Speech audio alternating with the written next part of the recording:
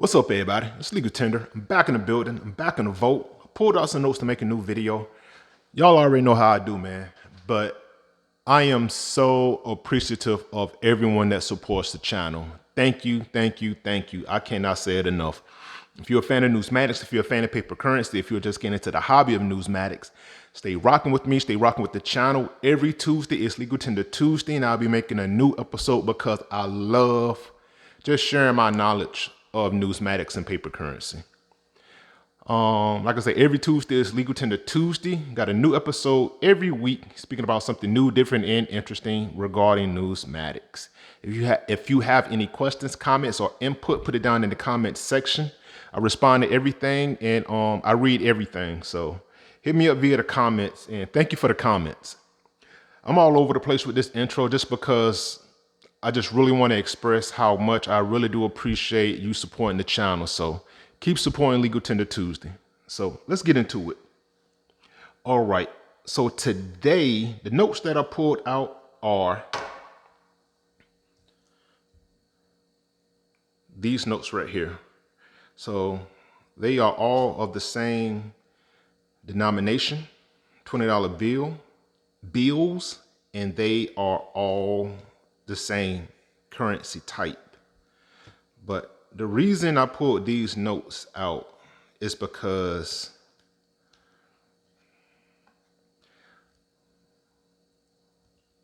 the transition or the progression in the Treasury seal and serial numbers. So I just thought it was interesting and fascinating how the color just transitioned. I wonder if it was intentional, if I just had some bad notes, if it was wear and tear, or whatever. So I did a little research, and this is what I will be speaking about via this episode. Now, as I just showed you, they are all $20 bills.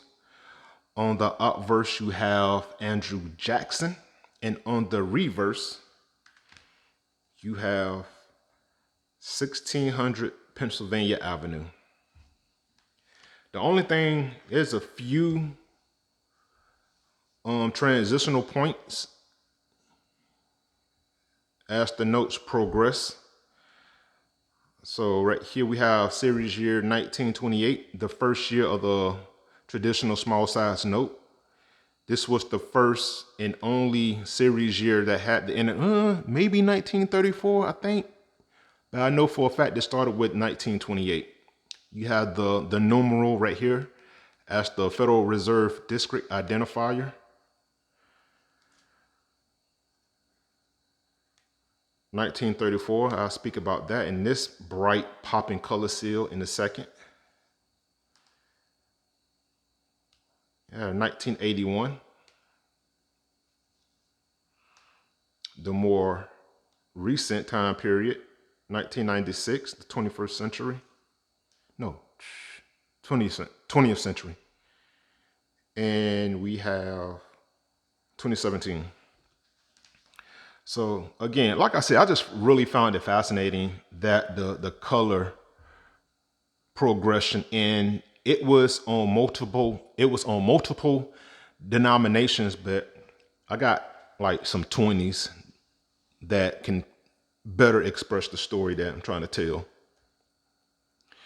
All right, so now small size note collectors have recognized that the seal colors changed during the 1934 series of Federal Reserve notes, of all Federal Reserve notes, now which were current from 1934 until 1950.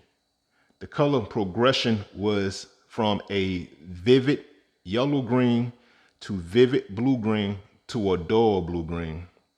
Now the question is, what led to the obvious change in the color? And the reason for this episode. So now they said the overall transition began with series year 1934, but this is where it came from. Now, these aren't official colors that I would say, but I would call this like a dark forest green. So we went from series year 1928 with that strong dark forest green color in the numeral, and it transitioned to series year 1934 with this vivid yellow green. And also now we have alphabets that identify the Federal Reserve district. So getting into it, now perhaps what happened is that one day the Bureau of Engraving and Printing ink makers didn't abruptly change the ink formulas. Rather, the colors grade from one to another over a short period, which caused some consternation, especially among individuals who have classic red-green color blindness. So, is that what happened?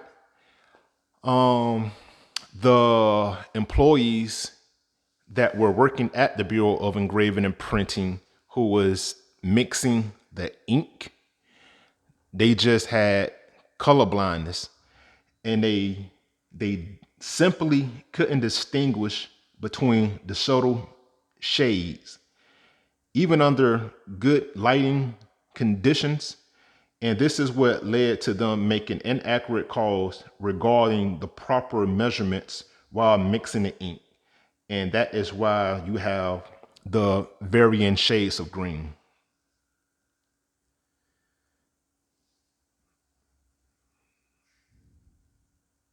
Zoom in a bit.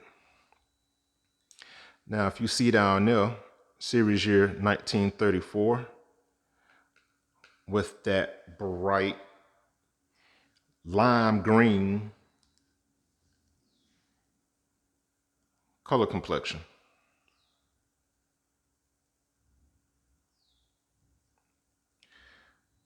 We got series year 1934. Hold on one second. Put a little bit more light in here. And we're back. All right, so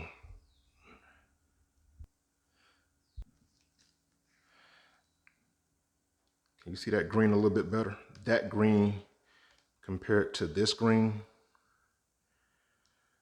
that strong,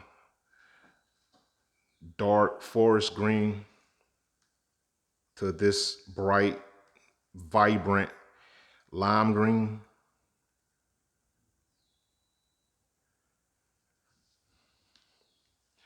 All right, so now the 1934 Federal Reserve notes were divided into two categories: light green seals and dark green seals. Now, I'm pretty sure the majority is familiar with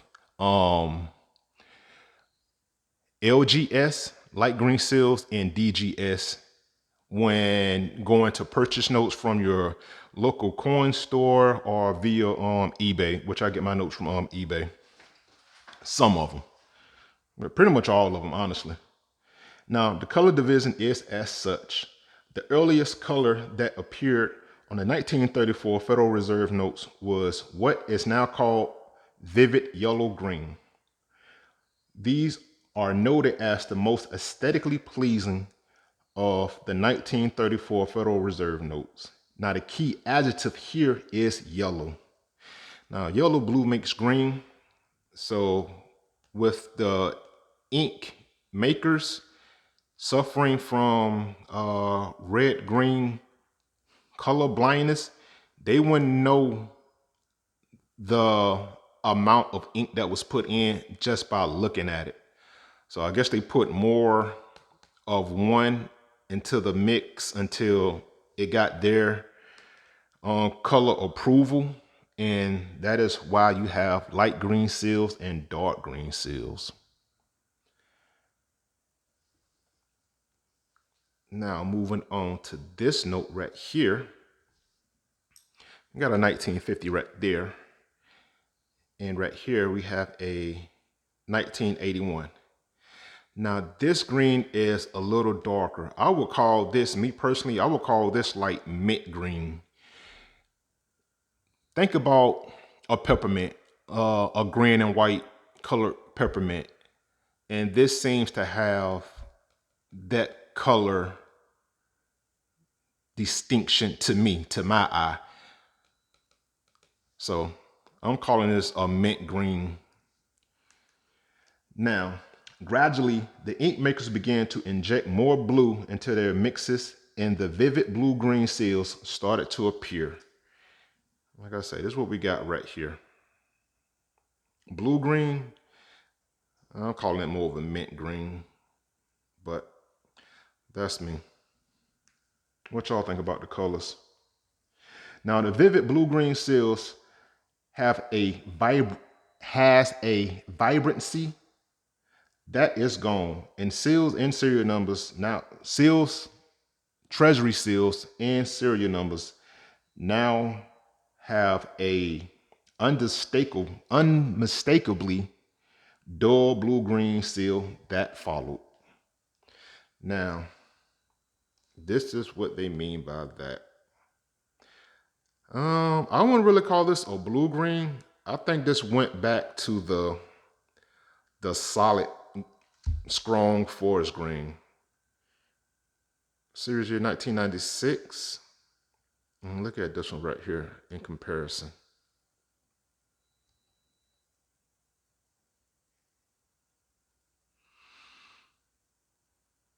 I want to say the shade of green really looks the same to me. This treasury seal is a little bigger, but I think the shades of green are pretty much a little identical. So I think they had done tightened up on the mixtures and the combinations in regards to how much yellow to put in to how much blue, and this is what you came up with. Now transitioning to the newer note with color, the colorized notes, I would say that these treasury seals are identical in color, I would think. I say. Now I do get the fact that the wear and tear and the life of the note, because the more faded the white looks, the more faded the green looks as well. Or sometimes it could be the complete opposite. Because if you got a note like,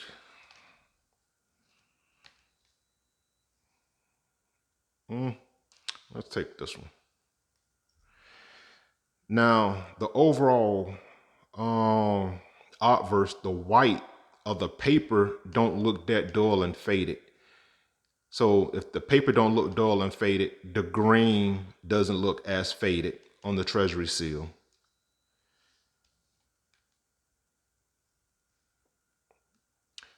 Pretty much the same with this one.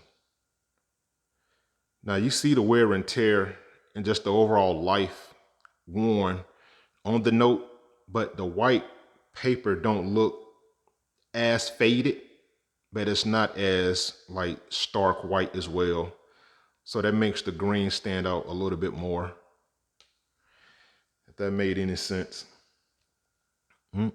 But so now the dull green seals are just that the vibrancy is gone. And the seals and cereals now have a flat overall appearance. Now, some may say that the overall takeaway here is that the changes between the colors of the serial numbers and the treasury seals wasn't abrupt, but rather somewhat transitional. I kind of think that you had some human error that went into it that led to the overall, because it's a dramatic color change, even to the point to where now they're labeled LGS and LDS, light green seals and dark green seals. So that's a pretty abrupt change. In the earlier years, 1934, now we're kind of starting to tighten it up a little bit. The mint green right there. And now we're just pretty much like universal across the board that this the color scheme that we're going with.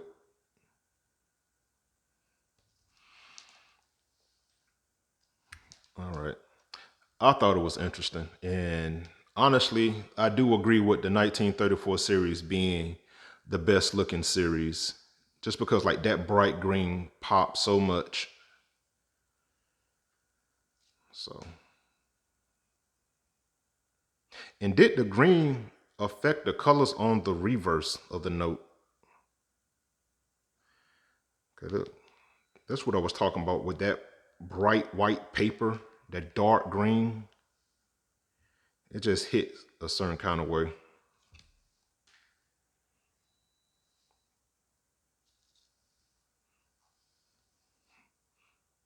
Yeah, no model.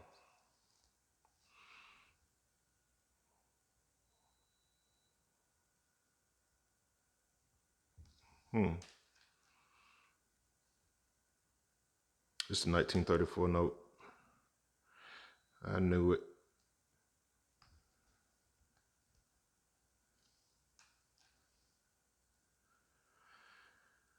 All right.